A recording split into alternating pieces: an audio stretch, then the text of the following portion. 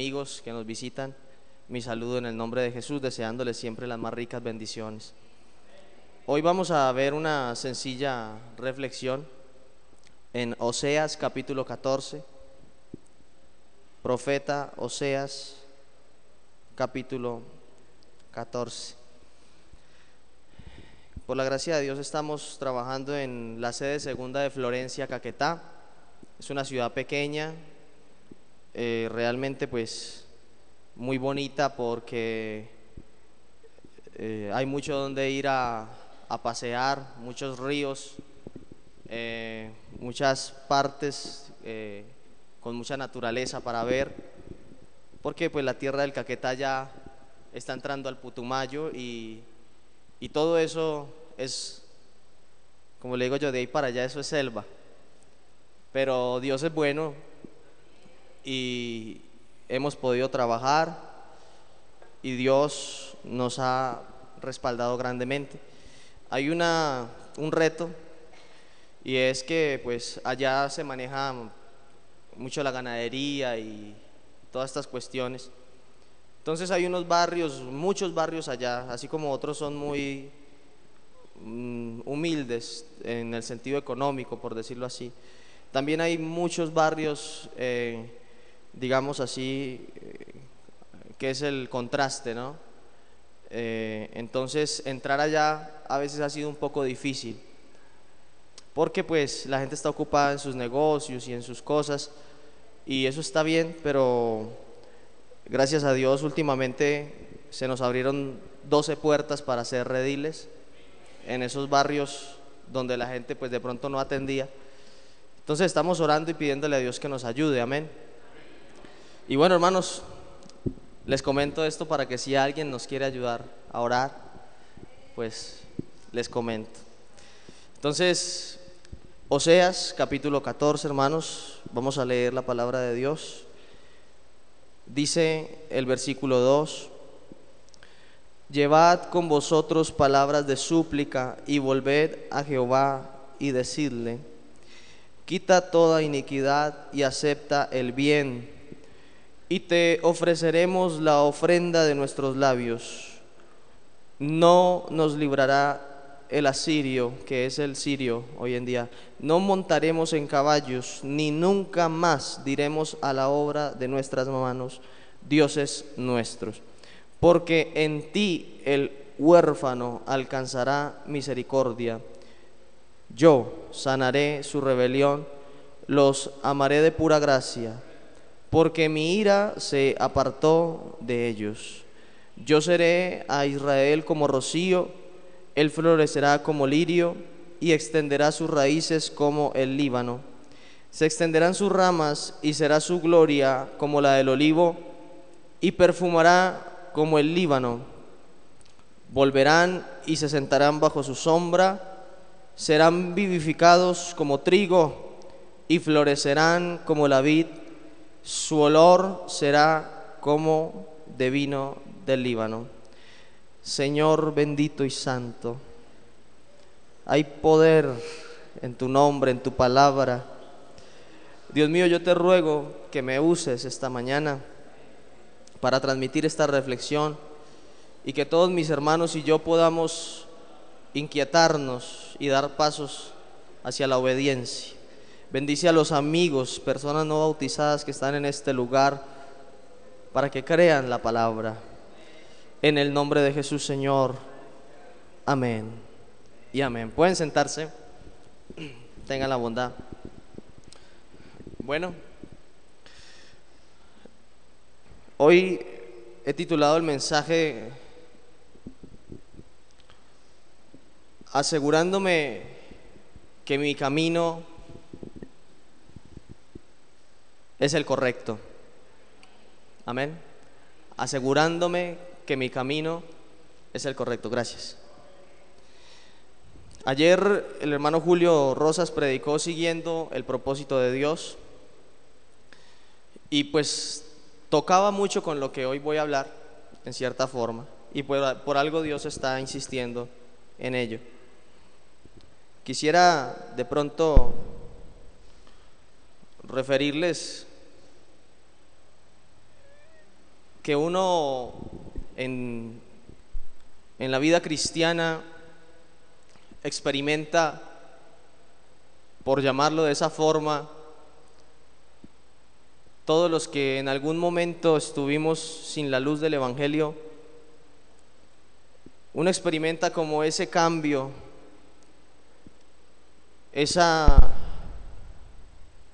usando el ejemplo de las plantas, una metamorfosis, una transformación. Pero aunque la planta sufra ese proceso de metamorfosis, no deja de ser planta, solamente se transformó. Nosotros nos convertimos al glorioso evangelio de nuestro Señor, pero seguimos siendo plantas, seguimos siendo lo que somos, y arrastramos con nosotros el carácter, las costumbres y tantas cosas que fuimos formando con los años. Y hay un aspecto importante que hay que entender, y es que el arrepentimiento con el que nosotros llegamos a Cristo no es un arrepentimiento perfecto. Explico. Cuando tú y yo nos arrepentimos en el año que usted se haya arrepentido, nos arrepentimos por una situación puntual que solo usted la conoce. Pero para dar un ejemplo, podría decirles que yo, en el momento en que escuché el Evangelio y me arrepentí, yo no dimensionaba la grandeza, o más bien no dimensionaba la vileza de mi maldad, de mi naturaleza pecadora en su totalidad, sencillamente por una situación puntual, porque la mente del ser humano se asemeja un poco a estos proyectores. Proyectan una imagen a la vez, pueden hacer un collage y poner varias imágenes, muchas imágenes en cuadritos, pero no las vas a ver en su totalidad, no vas a ver con detalle lo que tiene cada imagen. Para poder verlo bien es así. Y eso que usted tenía en su mente en el momento que escuchó el Evangelio, eso en donde Dios lo tocó, lo llevó al altar, y usted y yo ahora somos de Cristo. Pero ¿qué sucede, hermanos? Como no dimensionamos el alcance de nuestra naturaleza, de lo que somos humanamente, hablándolo en términos de maldad y todas las cosas que somos, que tenemos en nuestra naturaleza, entonces nosotros tenemos que seguir creciendo en el arrepentimiento. ¿En qué sentido se lo digo, hermano? Porque usted se arrepintió el primer día, pero en el transcurrir de su camino Dios le va mostrando más cosas de las cuales usted y yo debemos arrepentirnos. Y Dios te va mostrando un día a la vez qué cosas debes cambiar, qué cosas debes mejorar, qué cosas no son agradables a Dios. Y uno va caminando con Dios y se va dando cuenta, entre más conozco a Dios, más me doy cuenta de cuán pequeño soy. Entre más dimensiono la grandeza de Cristo, más me doy cuenta de mi miseria humana. Entre más me acerco a la visión de Isaías, más crece en mí el temor que hubo en Isaías: miserable de mí. Porque siendo hombre de labios inmundos y viviendo en una sociedad corrompida, han visto mis ojos al Santo, al Rey. Y esto es un paradigma tremendo porque vivimos en una sociedad que le tiene miedo a la enfermedad, que le tiene miedo a quedarse desempleado, que le tiene miedo a fracasar en un semestre universitario. Pero vivimos en una sociedad que no le tiene miedo al pecado. Si tú te le acercas a alguien de la calle y le dices: Señor, usted y yo somos, la Biblia dice que somos pecadores. Ah, sí, todos somos pecadores. ¿Tú reconoces que eres pecador? Sí, sí, claro, yo reconozco. Sin ningún miedo, sin ningún temor. ¿Por qué? Porque no conocen lo terrible, lo desagradable, lo horrendo que es el pecado ante los ojos de un Dios como el nuestro. Y les digo estas cosas, hermanos, porque a veces nosotros nos cuidamos como creyentes y queremos de pronto catalogar los pecados y hacer una escala de 1 a 10 y, por ejemplo, juzgamos y decimos: yo llevo tantos años en la iglesia y no he hecho tal cosa, llámese fornicación, adulterio, lo que sea. Pero hay cosas, hermanos, les digo en el nombre de Jesús, que pueden estar afectando nuestra vida cristiana. Cosas que nosotros las tenemos por pequeñas, por insignificantes, porque no son nada, pero son cosas pequeñas que hacen grandes diferencias. Entonces, nosotros vemos, por ejemplo, cuando miramos a la juventud joven juntamente con ustedes, hermanos, les puedo decir que a uno cuando está en la adolescencia y todo esto, en cierta manera en la iglesia a uno lo tratan como un niño, le toleran muchas cosas. Y la Biblia no dice eso. Hay una mentalidad en nosotros de que es que una cosa es lo que seas cuando eres adolescente y otra cosa, tranquilo que vas, cuando seas adulto ya todo eso va a pasar y serás otra persona. Pero hermano, eso es falso, porque todo lo que entra en tu carácter, en tu adolescencia, viajará contigo hasta los últimos años de tu vida. El carácter que formes hoy viajará contigo durante muchos años. Y por eso Dios a un adolescente ya lo ve como un hombre con responsabilidades. Jeremías le dijo: Señor, no me pongas en ese trabajo porque yo soy muchacho. ¿Y qué le dijo Dios? No digas que eres muchacho. Hermanos, lo que quiero decir es que a veces nosotros predicamos cosas que le hemos escuchado a otro porque nos sonaron bonitas y buenas y las transmitimos a la iglesia y no les hacemos un filtro bíblico a ver si eso es o no es. Y yo estoy, hermano, con los oídos acostumbrados a escuchar frases como: no importa que caigas 100 veces, lo importante es que te levantes 101 veces. Y eso es falso. Eso es falso. Les voy a decir por qué.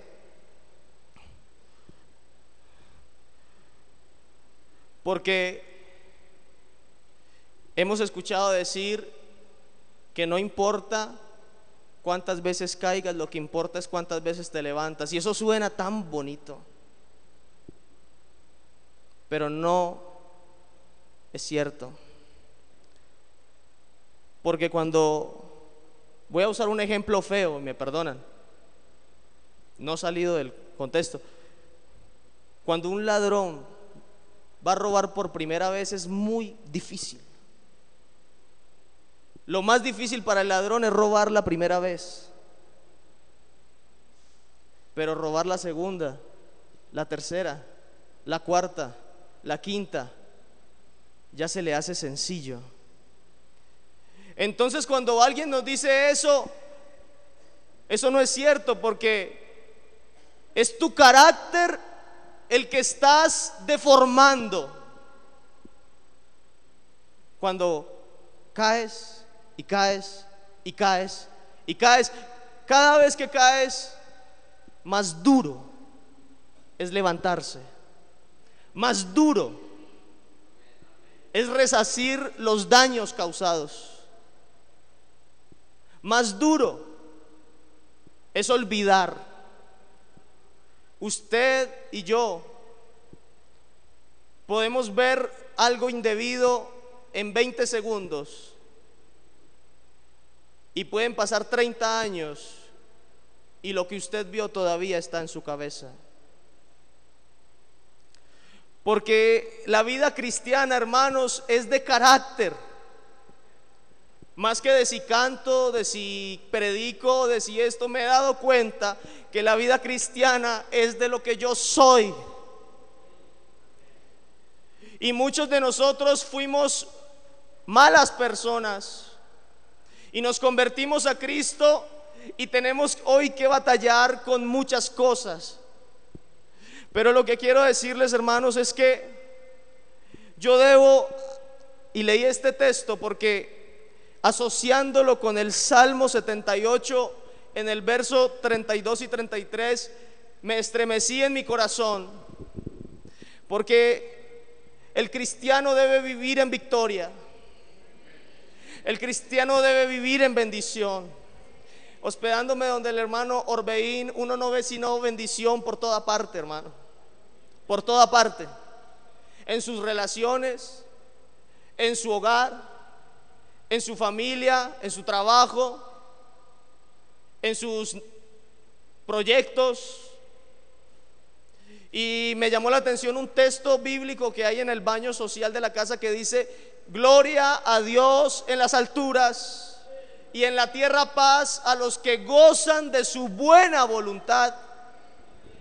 Entonces yo decía, ¿por qué hay muchos creyentes en la iglesia que no tienen una vida plena en Cristo, si el llamado a la bendición es para todos? Hermanos, y encontré en el Salmo 78, en el verso 33, y quisiera que lo leyéramos.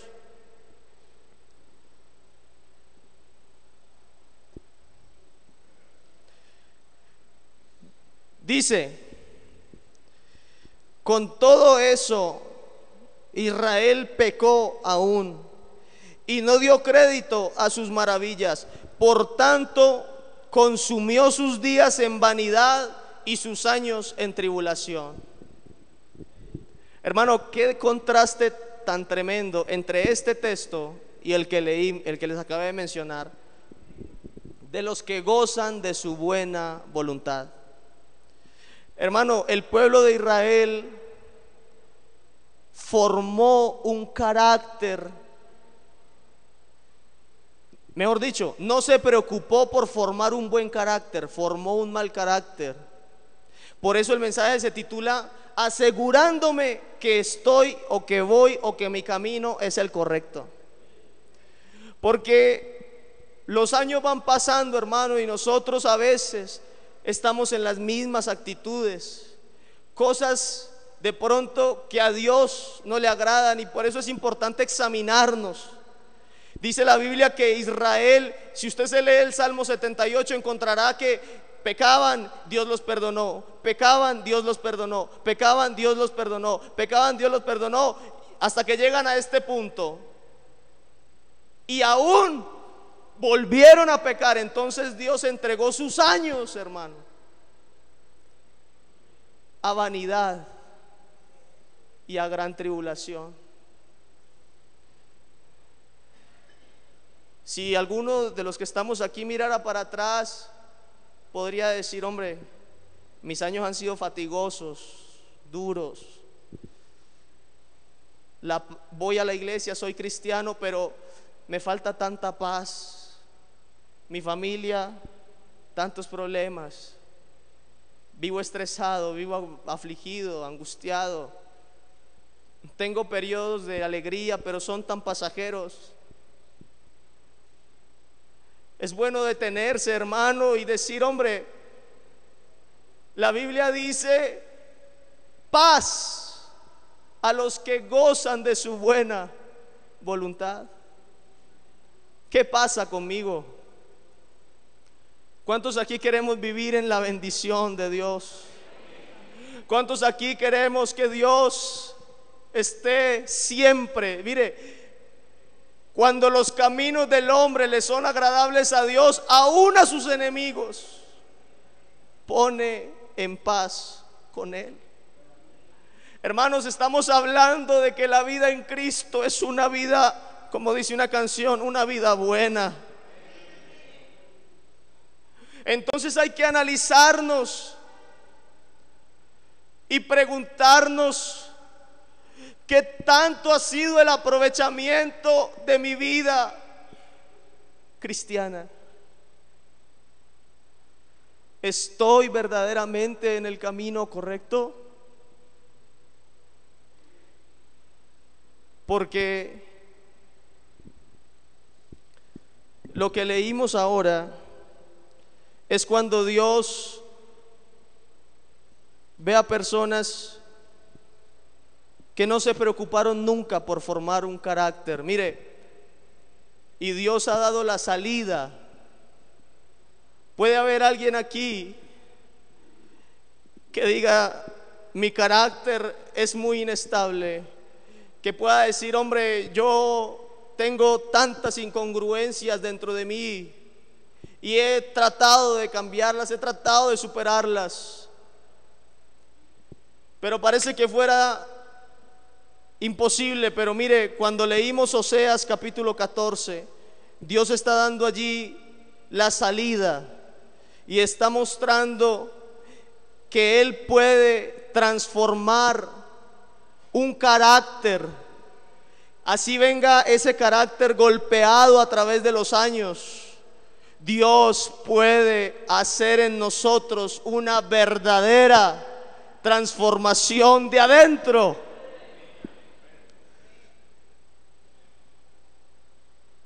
Y de verdad ponerle fin a ese ciclo del que les hablaba ahora. Dice: vengan ante Dios con palabras de súplica y vuelvan a Él y díganle: quita toda iniquidad y acepta el bien, y te alabaremos. Y el Señor dice: yo sanaré su rebelión y los amaré de pura gracia. Y aquí hay un contenido espiritual tan abundante que si comienzo a desglosarlo me alargaría y no quiero hacerlo. Pero quiero centrarme aquí hay muchas cosas que hace la gracia de Dios. Los amaré de pura gracia. Primero, aparta la ira de Dios. La gracia aparta la ira de Dios. Y luego comienza a decir: seré como rocío, florecerán. Y mire cómo comienza hablando: yo seré como rocío. El rocío es tipo de la bendición que tú y yo necesitamos. Que llueva sobre nosotros la bendición de Dios. Y esa bendición que hace florecer como lirio, como una de las más bellas flores, de las más bellas cosas que hay en los campos. Cuando uno pasa, se acerca a las vidas de hombres como el hermano, me disculpa pastor que lo ponga tanto ejemplo, como el hermano Orbeín, como tantos hombres, aún no siendo pastores, pero hombres de carácter, hombres que se han preocupado por examinar su camino y cuidar sus pasos. Uno ve que son vidas tan hermosas que uno no puede pasar de largo sin detenerse a mirar y decir: hombre, qué bendición, qué Señor tan bendecido. Y cuando tú vas por el campo y te encuentras un lirio, tienes que ser muy insensible para no detenerte a mirar un lirio, porque es hermoso. Y sigue diciendo: y extenderá sus raíces como el Líbano. Y aquí quiero hacer énfasis: las raíces son aquello que no se ve, es aquello que nadie de ti conoce, que solo tú y Él saben cómo están. Pero el Señor está diciendo: aunque tengas raíces chiquiticas que cualquier viento te arranca, yo con mi rocío haré que tú extiendas raíces. Si hoy tienes un carácter débil, yo te haré fuerte. Si hoy te sientes que no puedes, yo te digo: sí puedes. Que no has podido con ese hábito, pues yo soy Jehová de los ejércitos y vengo a destruir las fortalezas que te impiden avanzar. Hermano, por eso es que uno les escucha decir a ellos: yo lo que soy, lo soy por el rocío, por la gracia de Dios. Hermano, y termino con esto. Versículo 7: volverán y se sentarán bajo su sombra y serán vivificados como el trigo.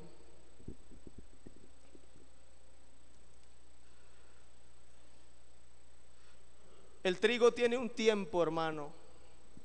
Se hace todo el proceso, pero por las condiciones naturales del trigo, el trigo tiene un tiempo de fragilidad extrema. Es quebradizo, es frágil ante cualquier predador, ante cualquier viento, ante cualquier cambio climático. Pero los trabajadores del trigo saben qué preparación usar para irrigar ese trigo quebradizo y frágil. Y ese trigo que parecía que cualquier viento lo aplastaba, comienza a robustecerse, comienza a crecer un poco más y es un hermoso trigal. Pongámonos de pie, hermanos, en esta mañana. Así como el trigo, hay cosas en nuestra naturaleza. No es que tú seas o yo sea peor que otra persona, no es que yo sea más malo, no, es de nuestra naturaleza. Hay cosas que nos afectan, hermano, y que llegan tiempos en que creemos que nos vamos a quebrar. Pero el Señor que plantó este trigo, acuérdate el día en que viniste al altar por primera vez, el Señor plantó ese triguito pequeño en un altar, tal vez en un culto en el parque. Y el Señor sabe que ese frijol es débil, endeble, pequeño, pero Él se ha encargado de echarle agüita, de protegerlo, de poner su mano para que el sol no lo queme, de espantar las zorras pequeñas, de espantar los bichos. ¿O por qué crees que estás aquí hoy? Es porque Él ha puesto su mano, es porque Él nos ha amado.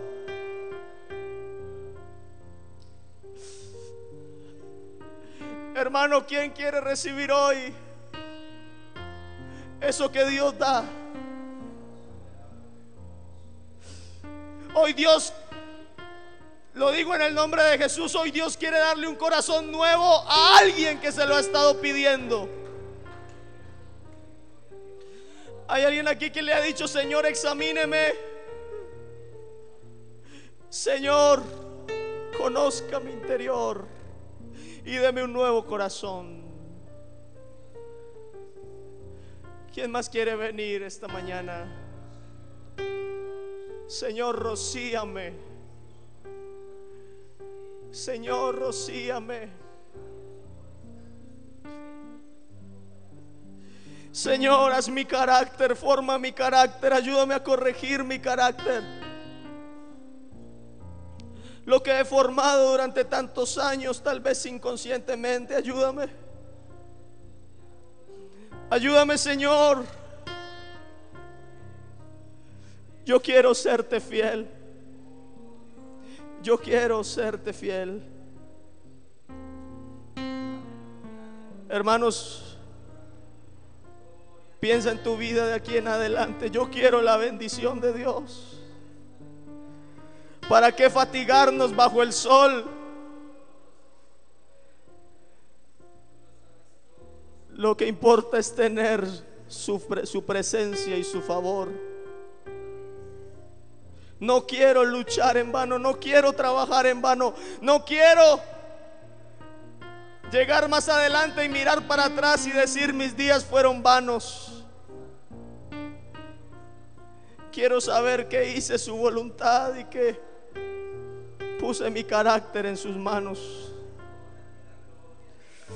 Oremos. Señor Jesús, hay misericordia en tu nombre.